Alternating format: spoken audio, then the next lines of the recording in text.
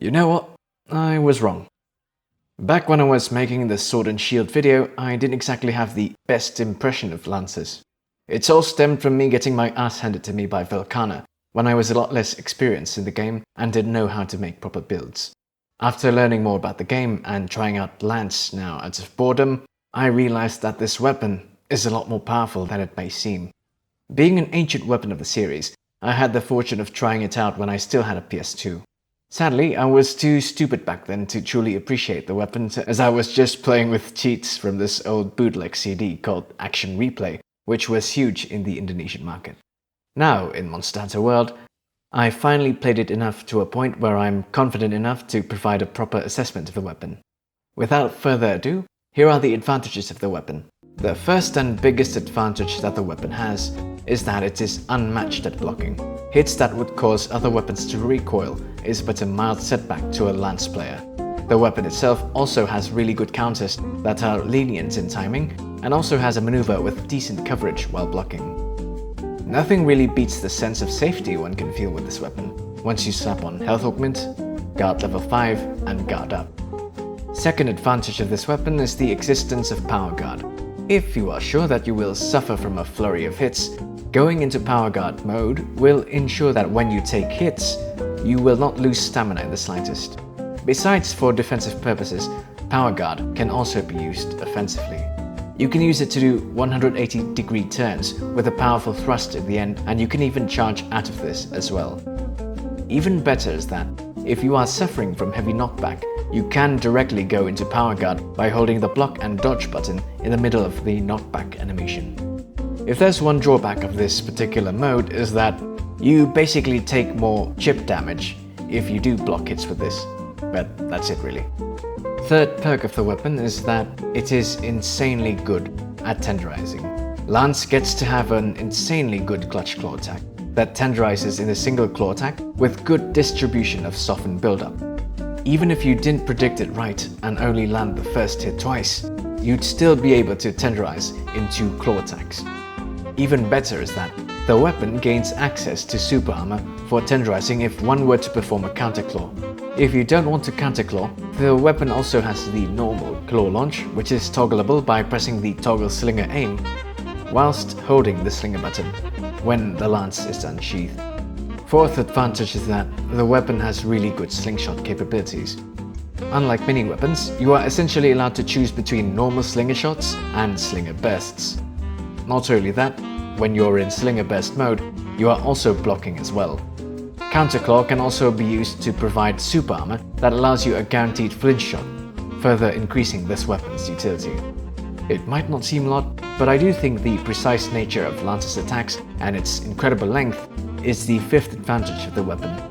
Many weapons in this game go for really flashy strikes that go from diagonal to diagonal. Although it looks cool, this may end up with you unintentionally hitting stuff that you don't want. Lance doesn't do this. Your best hits are pokes, which are even repeatable and works on a 3-hit combo basis. The length of the weapon also makes it rather easy for targeting specific parts of a monster as well, and despite the relatively small motion value, Lance's damage type, Pierce, gets to always choose the best between sever and blunt hit zone values. A unique feature that Lance has among heavier weapons is that it possesses the ability to mount beasts on flat terrain, which is its sixth advantage. In order to do this, you first start a dash attack and immediately press the dodge button alongside holding the direction where you're charging towards. Whilst on air, you are given the ability to perform a mounting strike.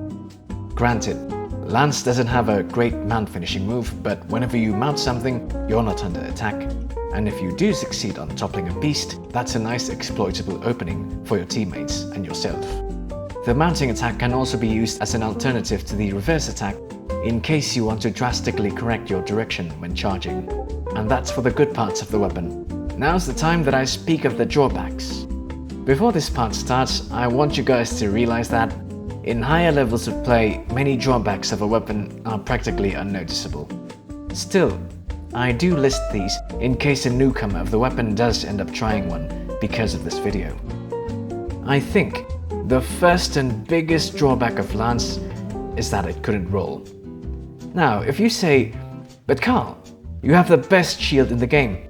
You don't possibly need to roll now, do you? You'd be right.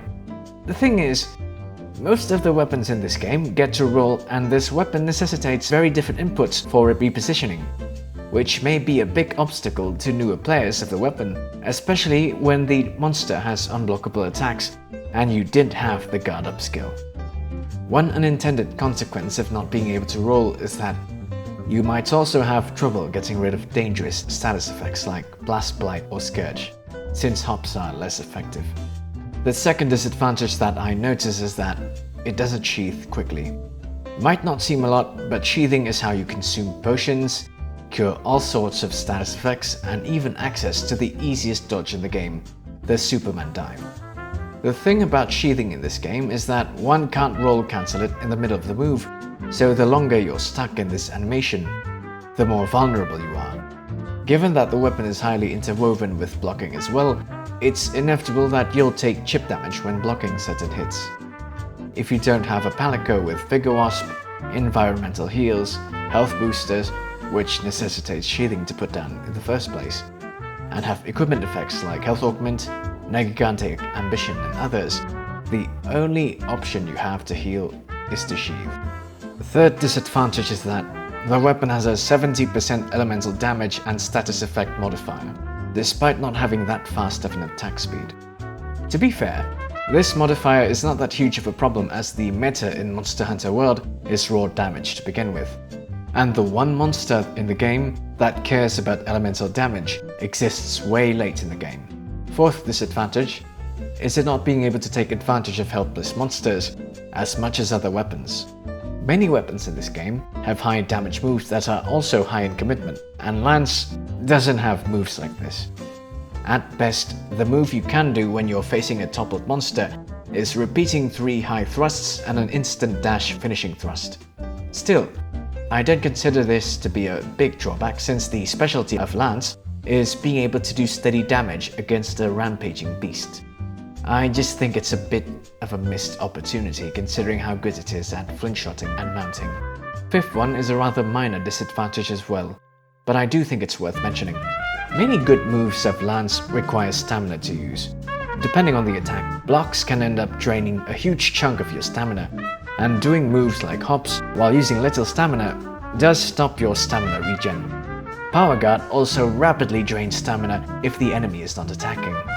By nature, the weapon does require you to obey a 3-hit combo system, and many of the ways to smoothly go into another one require stamina, like guard dash, hops, and dash attacks.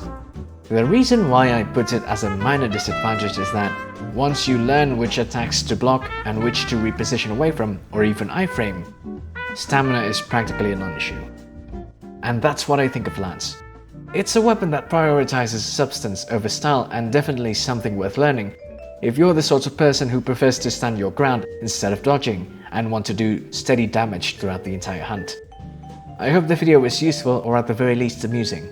If it was, please subscribe, and as always, have a great time.